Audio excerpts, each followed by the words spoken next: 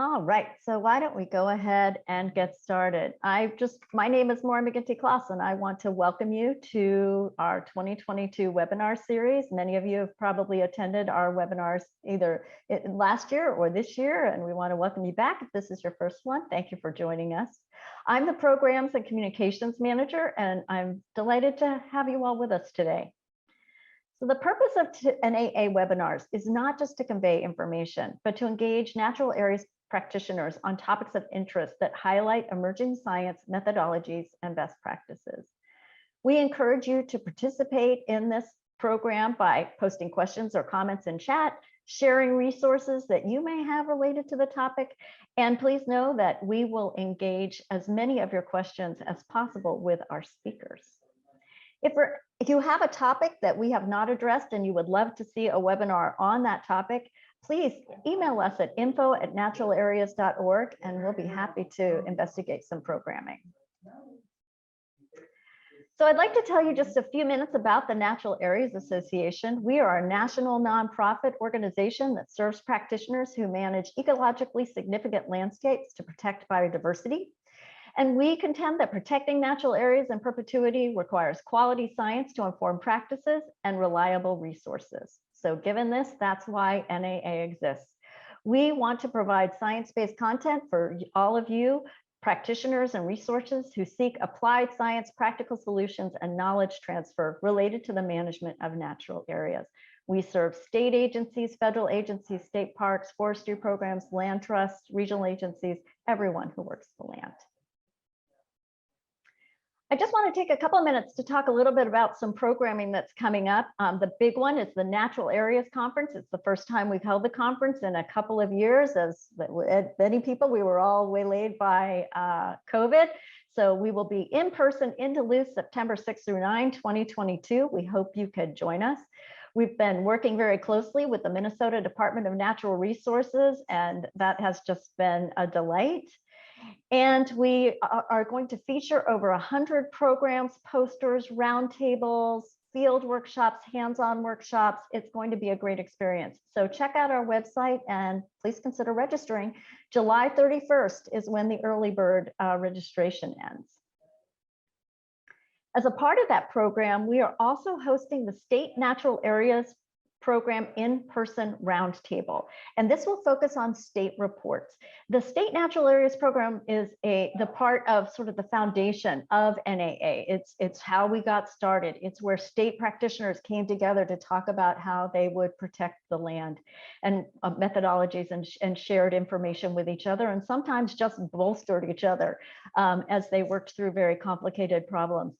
The state reports is an opportunity for you to share your challenges, your victories, your just things that have happened that you want to share with other people who truly understand the job you do. And it's a part of the Natural Areas Conference. So if you register for the conference, you're available or you're free to participate. And also next week, we have 2 spots left for our first in-person Stewardship and Action Field Workshop on the Minnesota Prairie, focused on the Minnesota Prairie Conservation Program, looking at how they are reconnecting habitats through collaborative partnerships. It's not too late to register. Registration will be accepting people for those last 2 slots until Friday. So please don't hesitate to check it out. Also, we have some upcoming webinars. On July 26th, we have a 90-minute program, which is a little longer. Today's is only 60 minutes. It'll end at 1 o'clock. But this one will go until 1:30, and it's going to explore native seed partnerships, collaborations to increase regional seed availability. And the partnerships are something that can be replicated throughout the country. And that is what our presenters from the Institute for Applied Ecology will be talking about. We're also hosting a native plant series October 11, 12, and 13 from 12 to 1 p.m., same hour as here. And we will have 3 different speakers talking on a variety of topics. On the 11th, identifying and preventing plant extinction events. On the 12th, collaborating to conserve wild crop relatives. And on the 13th, long-term data and outcomes from the Nashua grasslands and restoration. You can sign up for an individual session or all three. So we hope you'll take advantage of that programming. And now let's talk about our presenters. So I'm going to introduce all three and then we'll let them take it from there. Our first presenter is Diane Larson. She's a research wildlife biologist with the U.S. Geological Survey Northern Prairie Wildlife Research Center. She's located at the University of Minnesota and received her MA from the University of Colorado Boulder and PhD from the University of Illinois Chicago. Diane's research focuses on plant and animal interactions and has ranged from biological control of invasive weeds to pollination of rare endemic plants. She has recently been involved in a series of studies on how to improve the outcome of prairie restoration projects. Our second speaker is Rebecca Esser, wildlife biologist with the U.S. Fish and Wildlife Service Detroit Lakes Wetland Management District located in the Detroit Lakes, Minnesota. She attended the University of South Dakota State University, where she received her BS and MS in wildlife sciences, and she's worked at the National Wildlife Refuges and WMDs in Colorado, North and South Dakota, Iowa, and Minnesota. Her primary role is monitoring prairie and savanna habitats and evaluating whether reconstruction, restoration, and management actions meet the habitat objectives. And our final speaker is Amanda McColpin, a contractor with the U.S. Fish and Wildlife Service Great Lakes Region Inventory and Monitoring Branch. She received her MS in Fisheries and Wildlife from the University of Missouri.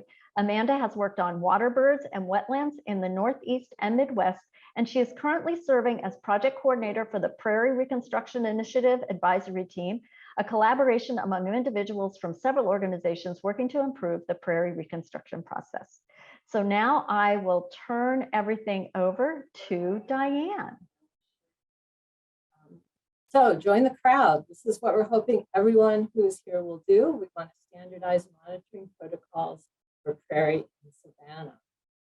So to start with acknowledgements, just because otherwise they could get lost in the shuffle. And all of these sources were very important to the development of these protocols. So the U.S. Fish and Wildlife Service in Region 3 and the National Resource Management Program, and Neil Smith, Morris, Fergus Falls, Litchfield, and Glacial Ridge, all their staff and volunteers contributed to developing and testing these protocols, and the Eastern Tallgrass Prairies and Big Rivers Landscape Conservation Cooperative and USGS provided material support to the project.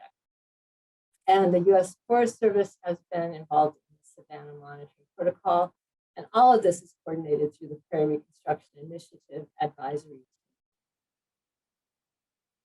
And everything that I'm going to talk about in the first part of the presentation, you can find in this National Protocol Framework.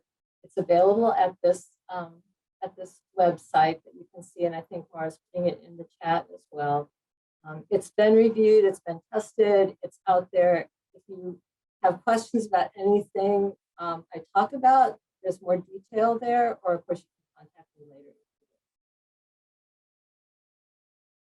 So I'm going to talk about two kinds of monitoring protocols, and they're really complementary. So it's not like you do one or the other, they kind of fit together. And here's just the table that will contrast what they cover. So for the meandering walk, you get a species list, but it's a very good species list, because you've got a botanist out there who's going to all the little niches where you might find unusual plants. The nested plot survey, you get species frequency, and this can be used to calculate statistically available metrics. So those are one gives you a better list, but one gives you more precise statistical outcomes. Field time, the meandering walk should take less time than the nested plots. It depends, of course, on who you've got out there doing it and how big your field is. We assume 10 would be the minimum number of nested plots one would do, or 40 would be the maximum, because beyond 40, nobody has time to do that. So that probably would take anywhere from half a day to 3 days, depending on the field you're in. Analysis for the meandering walk, it's qualitative. qualitative, it's somewhat subjective because it depends on who's out there looking. Whereas the nested plot, it's a plot. I mean, but it's rooted in that plot there, and there's not really that much subjectivity to it. We would suggest doing the meandering walk at least yearly. Just we want to keep a handle on what's in the field, and that's invasives as well as cool movement. Whereas the nested plots, 3 to 5 years is fine.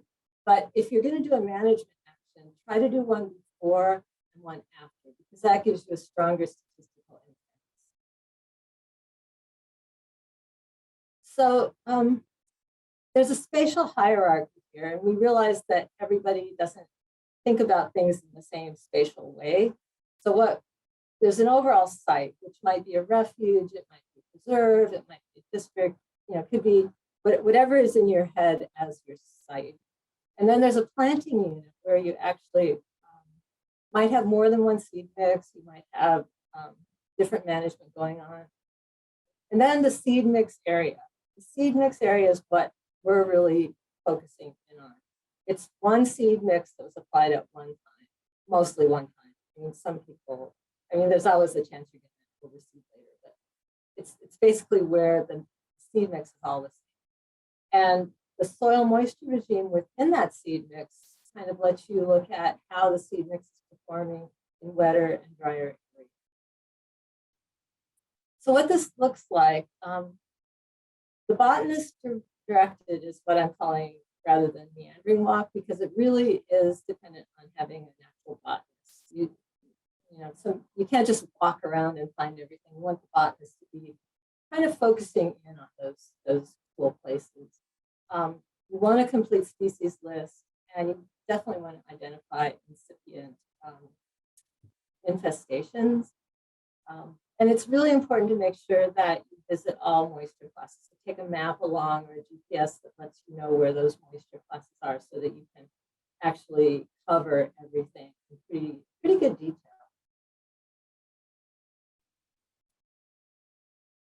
Within that idea of a meandering walk or a botanist directed walk, you can get a little more, so you can try to decide what abundance category plants are in. And this is, again, subject to the person who's observing it. But we've made some definitions, and these are used by the Nature Conservancy, which we think are you can pretty much tell sparse from occasional, from frequent, from very common. So those are, you can kind of track how things are going based on those abundance categories if you choose to do that. The nested plots, on the other hand, they're in a grid. So they're what we have, you can do this in ArcGIS, and the distribution of the plots should be in proportion to the soil moisture categories. And they're just laid out in a grid. And if you have ArcGIS or some similar sort of mapping program, this is slick, you can just lay them out. And then they're actually, it's almost like walking a transect because you can just follow the lines. You don't have to be wandering all over the place looking for your plot. So it works pretty well for that and efficiently. And again, as I said, we want 10 plots minimum. That's so you have some variation to work with. And 3 plots per hectare is what we kind of base it on. But we know you can't do an infinite number of plots. This is what a plot frame looks like. And there are details in, about how to build the thing in the protocol. But basically what it is, it's made out of PVC, and it's basically 1 meter by ½ meter divided into units A, B, C, and D. And then you flip the thing over to get to E. It's nice if one side is removable. We have directions for how to do that so that if you're in tall grass prairie, you can slide it in without, yeah, it can get kind of hard to fluff everything up otherwise. So this is what the nested plot frame looks like. And you want to make sure that before you go in the field, you decide which way you're going to face with each of these, because you don't want to have any sort of personal preference coming into, oh, there's a cool plant, I'm going to put the frame here. No, we always face the same direction. That's the protocol. So to use the nested plot frame in practice, you've got it situated. First, you record all of the species that are rooted in A. I don't know if you can see my pointer here, but A. Then you go into B, and you only record the species you didn't find in A. You go into C and only record the ones you didn't see in A and B, and so forth. So you're only recording new species that you find in each of the new frame sizes. And no species will ever be recorded in more than one section of the plot frame. So the whole idea is that in the future, when you start analyzing between years, if something has become very abundant, you will be able to analyze it at a different plot frame size, because you know that you're always going to find it in section E, because that's the entire plot frame. But if you go down to a smaller size, you're more likely to be able to have some variation. And it's the variation that you need to track from year to year. Right? And if you really feel like your field is full of brome or whatever, and you feel like it's all going to always show up in A, then just cut A in half. Do that at the beginning, though, excuse me, because otherwise you can't backtrack. So you have to have these divisions set from the very beginning. So I'm going to give you just a few reasons why you might want to do frequency rather than cover. Frequency is much less dependent on the season or the weather. So if you want to look at spring versus fall, you're going to have different cover of some plants, but that doesn't matter for frequency. It's rooted there or it's not. It doesn't matter how big it is. If you have a dry year versus a hot year or a wet year, then that doesn't matter either. It's whether it's the plant there. That's really what. You have less variation among observers. All they have to decide is whether or not that plant is rooted in the frame.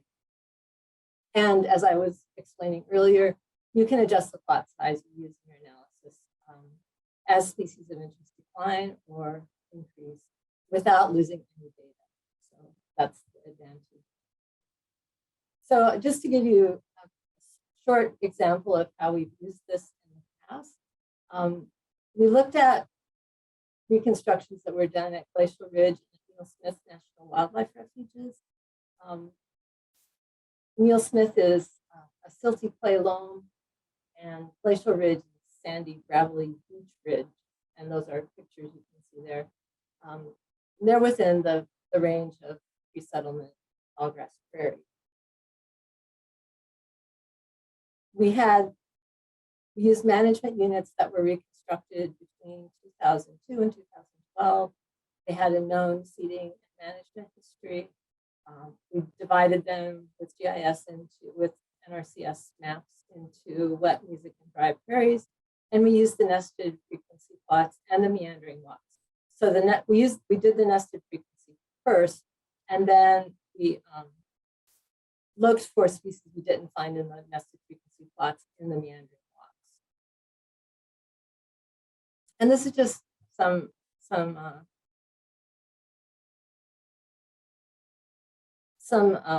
graphs of things we found. This is using the meandering walk data to get the mean coefficient conservatism, which is, I think you're all probably familiar with that. It's just a degree to which a species is more likely to be found in a true remnant prairie as opposed to any kind of disturbed prairie. So here's Glacial Ridge, here's Neil Smith.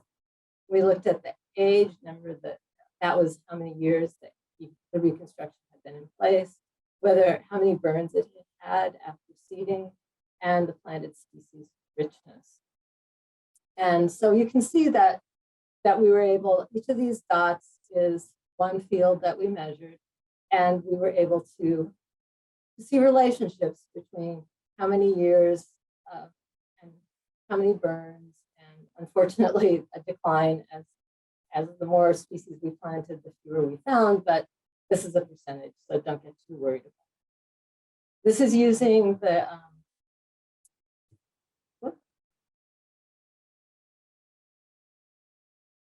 I'm sorry, this was the proportion of planted species on frequency plots, but you get the idea.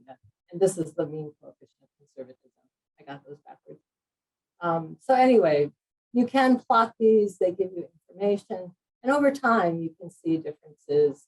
This was all done at once based on previous information that we had. So yeah, so that's the end of my presentation, and now we're going to go over to Amanda's presentation, which is recorded. So I'm Amanda McColpin, and I am a U.S. Fish and Wildlife Service contractor and the PRI coordinator.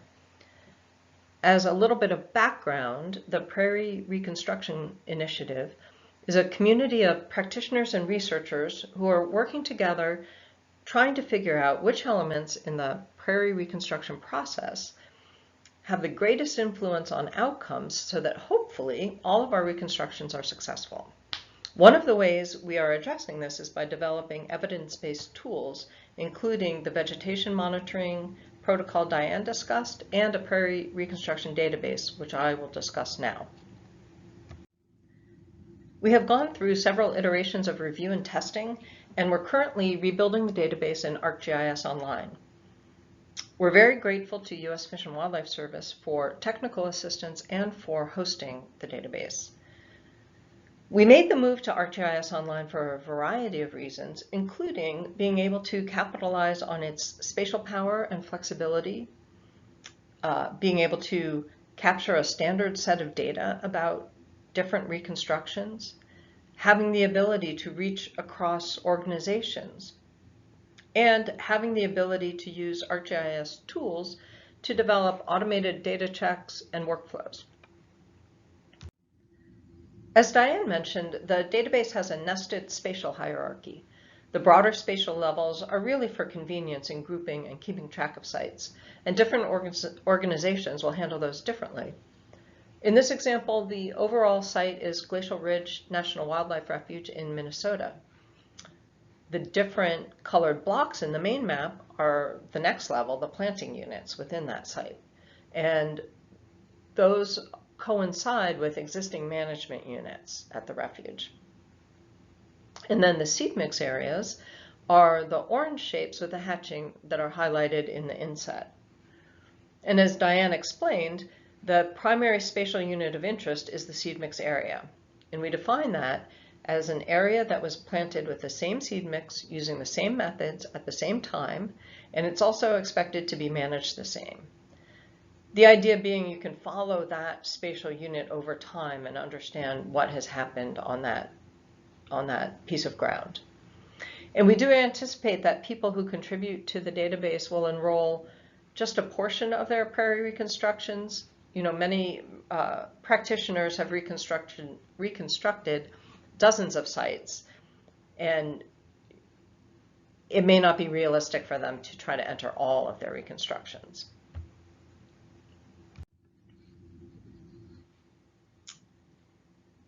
So looking at the information that is collected at each seed mix area, a PRI team tailored the database to include a standard suite of information that we considered essential to understanding prairie reconstruction outcomes. And as you'll see as I go through these slides, we wanted to include as much detail as practical. However, most fields are optional since we realize that not all information will be known for all reconstructions. So the data can be divided conceptually into different categories. The site information includes things like where does the site sit in the landscape? What was its pre-planting history?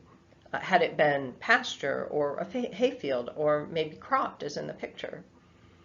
A variety of details are captured about the history, and we go back up to 10 years if people have that much information, and can include things like the type of crop that was planted that year, what grazing animals were on it that year, what pesticide was used, etc. It depends on what exactly the land use had been. And users are also able to enter site objectives, and target prairie type. The next step is information about the planting process, such as what kind of site prep was conducted, the seed mix that was applied, including any tests that were done, and whether it was from bulk harvested seed or from seed that was individually collected or purchased. Users also document the planting methods and, of course, the timing of planting. As we know, knowledge about ongoing management is extremely important for understanding outcomes. Each action taken is documented, whether it's burning, shown here, or mowing, or herbicide application, or whatever other management was done. And details about methods, timing, extent, and what triggered the action are documented. Finally, there's a module in the database for the PRI monitoring data that Diane just outlined. These data are collected from the same seed mix areas that have had history, planting, and management data entered, and the vision is that all these pieces of information can be tied together to better understand the reconstruction process. Turning to the mechanics of data entry, we are developing mobile apps, for example, in Survey 123, to facilitate data collection in the field. And how it will work is that in order to maintain the integrity of the main database, the mobile app data will flow to a preliminary database.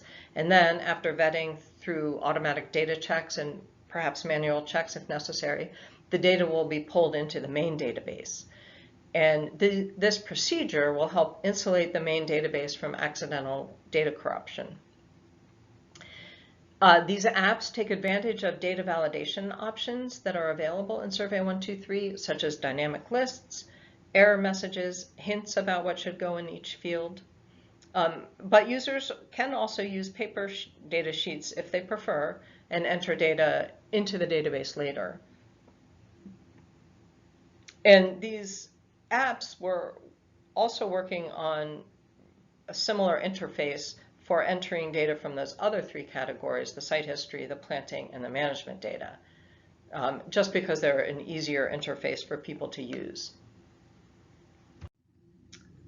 Another benefit of ArcGIS Online is that we can create online dashboards where users will be able to look at visualizations of their data. And we're still working out which are the best tools and visualizations that will work with the data that we have in the database. And of course, users will be able to export their data so that they can analyze or summarize it on their own.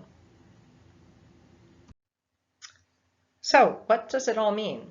The analysis and interpretation of the data are important pieces for our understanding. We envision that analyses will occur at two basic scales. First, reports back to users that will include simple summaries of their data, as well as evaluating their monitoring data in the context of the history, planting, and management data for their sites. So for example, looking at questions like, did what was planted actually come up? How does that change through time? What are the trends through time at this site in terms of the abundance or frequency of different plants of interest? What are the trends in terms of quality, measures such as richness or floristic quality index? Are there conclusions we can draw about how management affected outcomes? How do their sites compare to each other? And then at the broader scale, we look forward to ultimately having information, data in all four of these categories, the site, planting, management, and monitoring data across many sites from many organizations, helping us to all learn together and tease out the factors that lead to desirable or even undesirable outcomes. With this broad group of sites, we envision analyses similar to the study that Diane discussed earlier, but of course with many more sites. And we anticipate additional questions might emerge that researchers would want to pursue. So with participants all using the same monitoring methods and ideally collecting the same management and history data, we will have a lot of power to learn together. So the more people that participate, the faster we'll get to this point together. So in conclusion, we're working hard and have been for a long time to create a resilient database that has data safeguards, captures important information about the Prairie reconstruction process. We're hoping to get this new version of the database open to users sometime around the end of this field season. That's when we anticipate being able to regroup our team and make the final checks on the database. The Survey 123 apps for collecting monitoring data, however, will likely be available sooner. So please contact me or visit the Contact Us page of our website if you're interested in learning more about participating in the database. We would love to have you join our efforts. Thank you.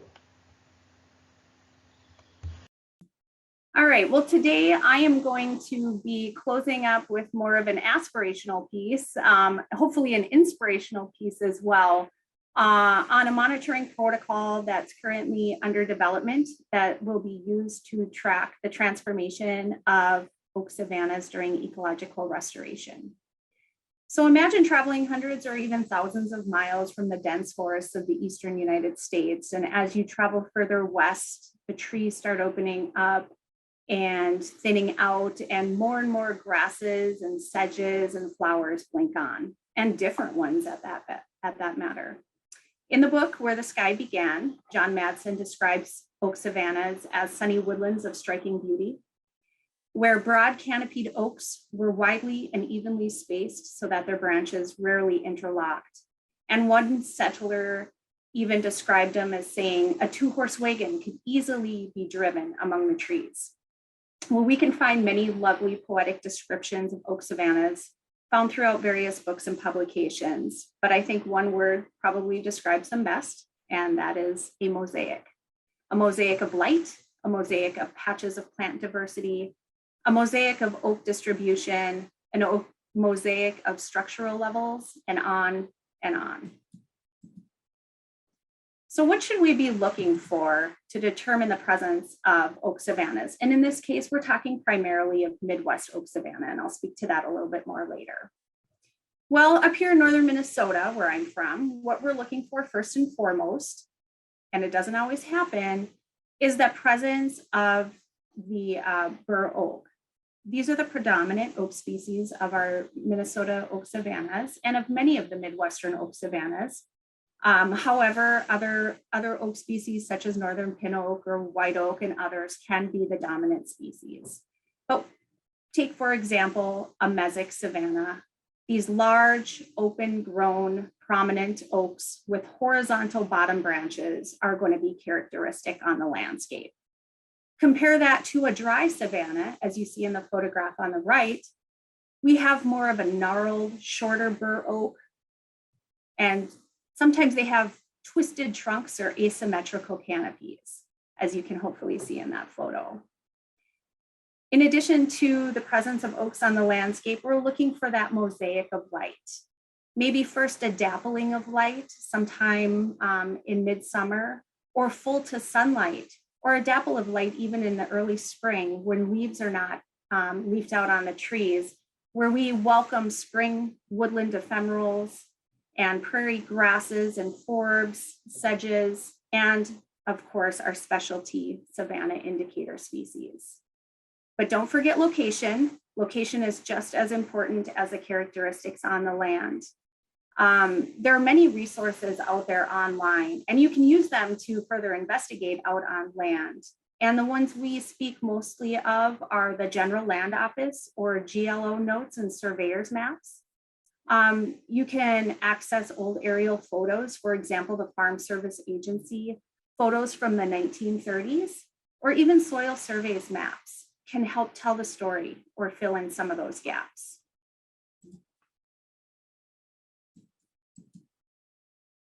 However, today, Midwestern oak savannas are an ecological rarity, and many types are globally imperiled.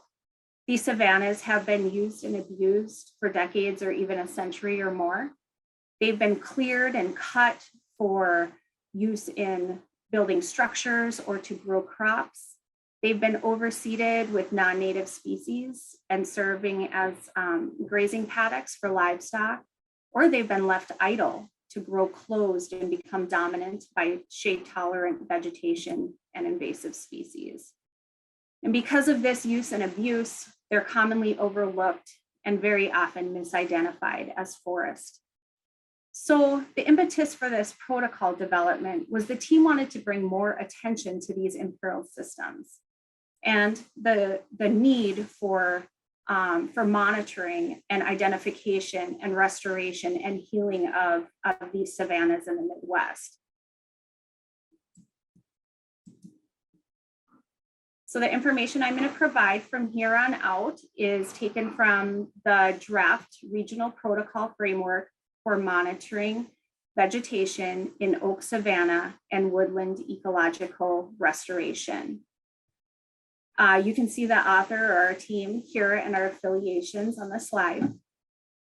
The focus of this draft protocol, again, is on Midwestern fire-maintained oak communities, but with an emphasis on those savannas with brightly sunlit communities, because many of these have been declared globally imperiled. We use the PRI protocol that Diane just spoke about as a template for this Savanna monitoring protocol. And the protocol is currently under review and on course. We hope to be finished and finalized by sometime late this summer, early fall.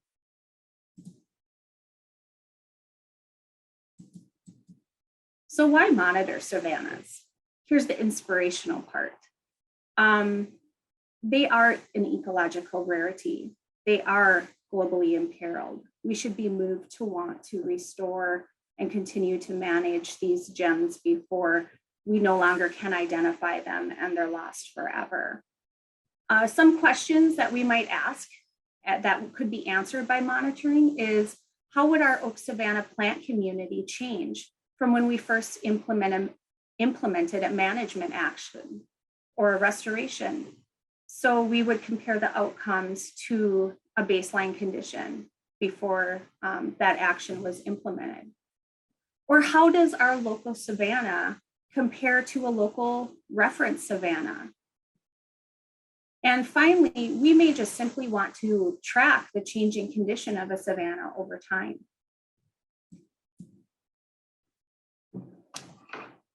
I'm going to be providing here a very general overview of the standard operating procedures or SOPs that are included within this draft protocol. Once more, the protocol is still under review and we are still continuing to field test some of these SOPs. But because we use the PRI protocol as a template, we feel we're ahead of the game, and there's a few benefits to this. First and foremost, we use some of the same SOPs in the Savanna monitoring protocol as in the PRI protocol. And secondly, this protocol affords, similar to the PRI protocol, both qualitative and quantitative methods. So depending on the site and its objectives, or funding or personnel availability, or other factors, this protocol can be flexible. The protocol contains 6 complementary floristic monitoring methods for assessing outcomes of restoration efforts. And I've split them up here on the slide so it's easier to go through. I've split them up into both quantitative and the qualitative, and I'll start with the qualitative. And these include meandering walks. These are rapid assessments. They're meant to be quick. They're meant to be a snapshot of current conditions of a savanna to help inform management decisions. And we envision that these are done annually. The first is the species richness meandering walk, and this is SOP1. This is the same SOP or the same meandering walk as in the PRI protocol that Diane talked about. We envision this being done one time or multiple times during a growing season to get a full species or full suite of species of all the vegetation present, both herbaceous and woody. And this full suite of species, or the species list, would be the most basic information about the savanna plant community. The other rapid assessment or qualitative monitoring protocol is our SOP2, which is known as the Woody Species Community Condition. And we envision this being done at one point in time during leaf out. And this provides insights about the condition and character of the woody species component of the savanna, with a focus on the oaks. Next, we have the quantitative plot monitoring. This contains 4 SOPs. This is more formalized and time intensive. They are all geo-referenced and spatially integrated with each other. And these are best for long-term data collection. Similar to PRI, we envision this is, every 3 to 5 years or so, because it's pretty intensive, but it gives a very precise understanding of long-term changes, and we can use statistical analysis on this data. Again, like I had said, these 4 are spatially integrated, and the woody species macro plot, which is SOP3, provides the basis or the spatial context for the remaining SOPs. The woody species macroplot, along with the sapling, shrub, and vine microplot, which is SOP5, provide quantitative data on the understory, midstory, and canopy layers, or structural component of the savanna. SOP4 is the next nested frequency plot. Identical to that as in the PRI protocol that Diane demonstrated in her slides. And again, similar, this provides quantitative data on the herbaceous species, but also includes woody seedlings. And then finally, the oak seedling and sprout microplot, or SOP6, provides insights about the degree of oak regeneration, which is important to the long-term sustainability of oak savannas. Currently, data is documented on a series of data sheets that match the SOPs, but our future plans are to develop mobile apps for data capture in the field, as well as a database for data storage and analysis. This database would also include tools such as auto-generated reports and dashboards similar to those that Amanda spoke on. This protocol is designed to use in conjunction with the database. However, it can be used independently as well. And thinking of the reasons for monitoring that I went through in one of the earlier slides, some common outcomes from using this protocol include those listed on this slide, but of course are not limited to native versus exotic species, woody versus herbaceous, the presence of savanna indicators, which can be extremely important when we're looking at the healing of an oak savanna, tree canopy or light levels, again, which is going to directly influence, along with tree density, is going to directly influence that herbaceous layer, and oak regeneration, again, a very important component of oak savanna ecology. Benefits of this protocol include learning of a savanna's current condition and its path towards meeting restoration or management objectives on a local scale, but also the more users that use this protocol and enter data in the database can help accelerate our collective learning about these imperiled oak savanna systems in the Midwest on more of a landscape scale. In conclusion, we hope to complete the protocol review process, as I mentioned earlier, sometime later this summer or early fall. And then our next steps will be the design of the mobile apps and development of the database. And we would love for anyone interested in adopting this protocol for monitoring Midwestern oak savannas and woodlands to contact me. And once finalized, I would be happy to provide you a link to the completed project. And I will put my email address in the chat at the conclusion of this. And that is all we have for you. So now we could take any questions. Okay, thank you so much. And I invite Diane to put her video on, and Amanda is available. She's just on the phone. So she is available to help answer questions as well. Oh, she is going to come on screen. There we go. Hi, Amanda. So we do have a few questions. The first one is, how do you find out about the land history? Anybody who wants to take that one on? Well, I'll take a first stab. So sometimes an organization, for instance, Fish and Wildlife Service, they may have had the land for some period of time prior to restoration or reconstruction, so they know what occurred before that. Otherwise, it would be contact with the previous landowners or perhaps looking at aerial photos that had been flown. Do you have anything to add to that, Becky, of how you all might look at that? Not really. It's nice to be able to have access to that information, but we don't always get it, as an agency. That information isn't readily available. So we do include that information as we know it. And it's nice to have that information in the database, but it's not necessarily required. And there's no time frame looking back either that's required to enter in. Correct, Amanda? Okay. Yeah, I don't know if she heard me. So what about post-seeding germination establishment phase? Germination success, weather, competition, those sorts of factors. I have a question with respect to the. Yeah, this came up while you were speaking, Diane. Post-seeding germination establishment. That's a tough one. It depends on how many resources you have to devote to monitoring. You're unlikely to ever get real germination data. It's going to be something after establishment, and if you can get out there right away, you can probably assess establishment. But if it's the next year, yes, it's establishment, but it's not. You don't necessarily know why some did or didn't establish. So that's really a research question more than a monitoring question in my mind, because you could do it as monitoring, but it assumes just a level of resources to do the monitoring that most people don't have.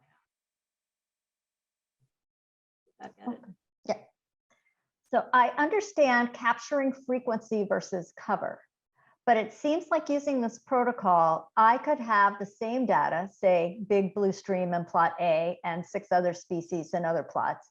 And that could mean a 12.5% cover of the big blue stem and 8.75% of others, or 87.5% cover of the big blue stem and tiny proportion cover of all other species present in very few numbers. Quite a different prairie, but the same data. How do you capture this kind of data in the collection? So frequency is a very different thing from cover, and you can't extrapolate from what you get in these frequency plots to cover. What frequency tells you what really is the confusing thing with the nested plots is that it seems like you should be able to make a distinction of a species based on how many of those subsections it occurs in, but that's really not what we're after. What we're after is a really abundant species is going to occur in every one of those big plots. And if it does, you can't track its change unless it declines. It's going to be 100% every time you measure it. So the idea is to go back to a smaller plot size, which on our data sheets you can do, so that you can find out. I'm saying this backwards. So if a field that has a very abundant species is going to show up in every small plot, but it's not going to show up, and it's going to show up in very hard to do. I wish I had the picture. So, okay, you've got, say you have a small plot and a large plot. And the small plot is going to collect fewer species than the large plot, right? So the large plot, if it's an abundant species, it's going to get that abundant species 100% of the time. The small plot has a better chance of not landing on a species, an abundant species, at least part of the time. So as you monitor over time, which is the whole point of monitoring, you can see if it's a small plot, you might be able to detect changes. Where if you just had that big plot, you would have it's 100% all the time forever. So does that maybe that makes sense? I'm happy to talk to people individually about this because it's the same, it's a confusing thing. And Absolutely. And we will be distributing a recording of this webinar along with the resources as well as email addresses for Amanda, Diane, and Rebecca. And they are more than happy to take a question or have a conversation or a phone call that can get into some of these details. So where do you decide that the Savanna edge begins? Under the drip line of the outer trees? We have a situation where we have varying densities over several acres, and in some cases, no trees in a half acre, but are choosing to label the entire area as a savanna for restoration purposes. How would you handle that? I don't know how I'd handle that, but per the protocol, anyway, we define a savanna area as the area that will receive a management or restoration treatment. So it may include, it may include acres of some grass on the outer edges. That's the difficult thing with Savanna, and what I found with with working with these systems for 10 plus years, and that's all I've been working with them. But it really is up to interpretation. And if you look at different definitions, whether it's by state or by organization or agency, everything is defined differently. There's no recipe. So I think as long as folks are consistent in interpreting where that start and stop to their savanna and where they want to measure any sort of change given a restoration or management action, just to stay consistent with that from one year to the next. But as far as defining savanna and the start and stop of that, that really is, I can't say that there's a definition out there. Okay. Well, that concludes all the questions that we had that got posted in chat. I want to take them to thank all of you. This has been really, really interesting information between all the resources that you've made available and the protocols. And like I said, a recording of this webinar will be made available. It'll be emailed to you. So in the subject line, look for recording, and it'll have the name of the or at least the join the crowd name of the webinar, and you'll be able to watch it and go back if you need to. The resources will also be posted there. So I want to just thank you, Amanda, Diane, Rebecca, thank you for joining us. Diane, we will see you at the Natural Areas Conference. Looking forward to it, and I hope others will join us as well. So thank you for coming today, and we look forward to seeing you hopefully on July 26th when we talk about native seed partnerships. Bye, everybody. Thank you.